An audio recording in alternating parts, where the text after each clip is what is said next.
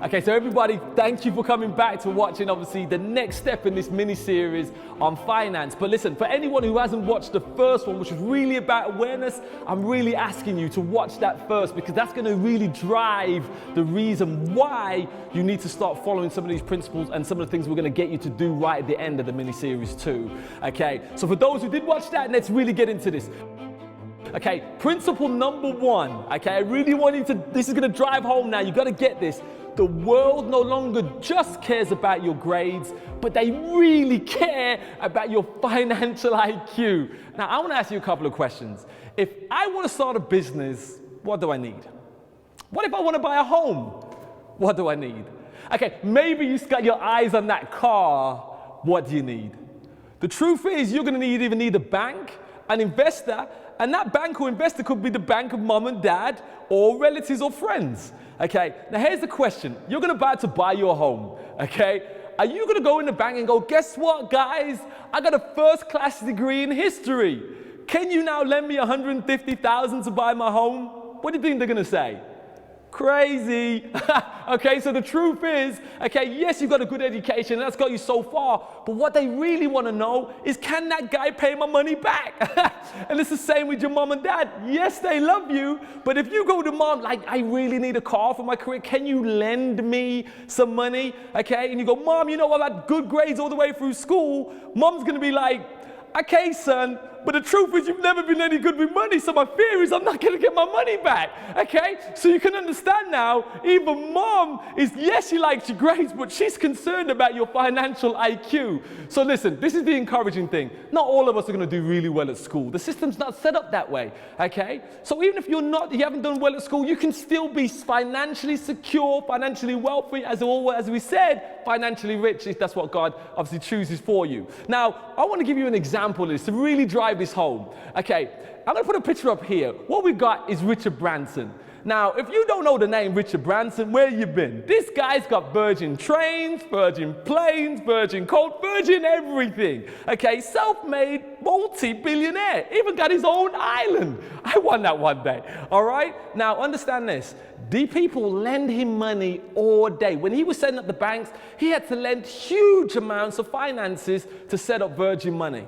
Now, why did he do that? Was it because he was good at school? Well, hold on. He dropped out of school, okay? So why would banks lead to a dropout? Because guess what? He had financial education, and they knew they could trust him because he had financial smarts, okay? Now, what about the other guy over here? Philip Green. Self-made billionaire again from the UK. Now, understand this, he owns almost half the high street, it feels. He was even looking to try and buy Marks and Spencer's. Now, when he went to buy Marks and Spencer's, you know what? He went and he said to the banks and investors, can you lend me hundreds of millions of pounds? And guess what they said? Yes. Imagine walking in the bank, go, can you have a couple of £100? And someone says yes. Now, understand this, they never said, what's your grade from university though? Guess what? If they did ask him that, they would have kicked him out because he dropped out of school too. But these two people, what did they have in common? They both had financial smarts that allowed someone to have the faith to say, do you know what? I will lend you that money. And that's what we need to learn today. So we're going to do a little exercise for you now, okay, to really drive this home. What we're going to have is two people, okay? We're going to have one guy over here called Bob, okay, and the other guy over here called Charles. Now, Bob is a forklift driver, has a minimum salary, as you can see, $24,000, which is an average salary if you watched Channel 4 the other day, okay? Now, his benefits at work are he has a canteen, which is part subsidized, has a free forklift license, all real good. Marital status, cohabiting, okay. Codependence 1, has a car, has a Vauxhall Astra, 2003, so nothing real special. Is he a homeowner? No, he private rents. But here's the thing, Charles, on the other hand, okay, has an education, has a master's degree in economics from the London Business School, darling. He has a BA Honours in South London University. Also has 4 A-levels, all at A grade. Salary, £48,000. He has benefits, death in service, private health, pension contribution. Marital status, single. No codependence, no children. With all this money, money, drives a BMW 5 Series, brand new 2014. Is he a homeowner? Of course he is, an apartment in Fulham, darling. Now the question I ask you, if you was the bank manager and they came in to ask for a loan, which one would you give? Be honest now. The truth is we'd all pick Charles, right? Charles is earning all the money, he looks good, he sounds good, got a great education. But let's go deeper into, obviously, their grades, okay? So let's go back to, obviously, the guy over here, Bob. Let's look at his situation. So we talked about his salary. So he earned let's look at his financial statement. So he earns £2,000 a month, okay? His rent is only £400. He doesn't pay anything for his car because it was so old he could pay for it cash, okay? His rate's £100 a month. He doesn't go to the gym, he runs around the block, okay? Going out for him was Netflix. That cost him £5 a month, okay? So monthly clothes allowance, maybe £50. Petrol, £250 a month. He does save though. He puts away £250 away a month. He also invests in premium bonds, £100 a month. And at the end of the month, you know, he has a final balance of 390 left over. That's Bob. Okay, let's talk about Charles now. Charles' monthly income salary was £4,000. Okay, his mortgage interest only was $1,500. Higher car purchase, $390 for that spanking brand new BMW. His rates are $230. He's got to go to the gym, but he never uses it. £65 a month.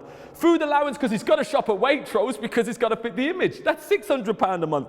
You've obviously got a debit card, credit card. Okay, currently pays £350 on there because he had a couple of holidays last year that he's got to pay off for. Got student loans from obviously the master loan of $8,000 that he's paying off.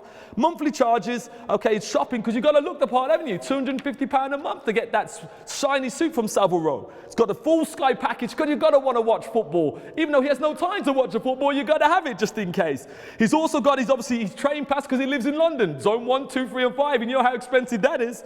Okay, doesn't have any investments, doesn't save. At the end of the month, his final balance is £25 a month. So the question I ask you is this. If you're now the bank, who gets the A, excellent? Who now gets B, good? Who now gets C, average? And who now gets D for poor? Well, you all know the answer, isn't it?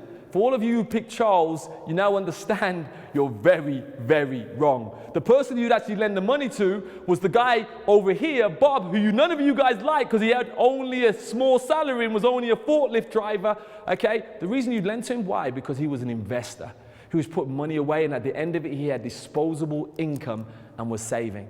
Okay, that's the thing I'm trying to tell you now. The banks are not looking just at your grades and how much you earn and things like that. They're looking at what you do on a month-to-month basis. Now, the question is this. Who cares about Bob and Charles? The question is this. If I was to look at your financial statement with you today and I came over to your house right now and looked at your financial statement now, what would you grade yourself on your IQ? Would it be a D for poor? Okay, C for average? Okay, B for good?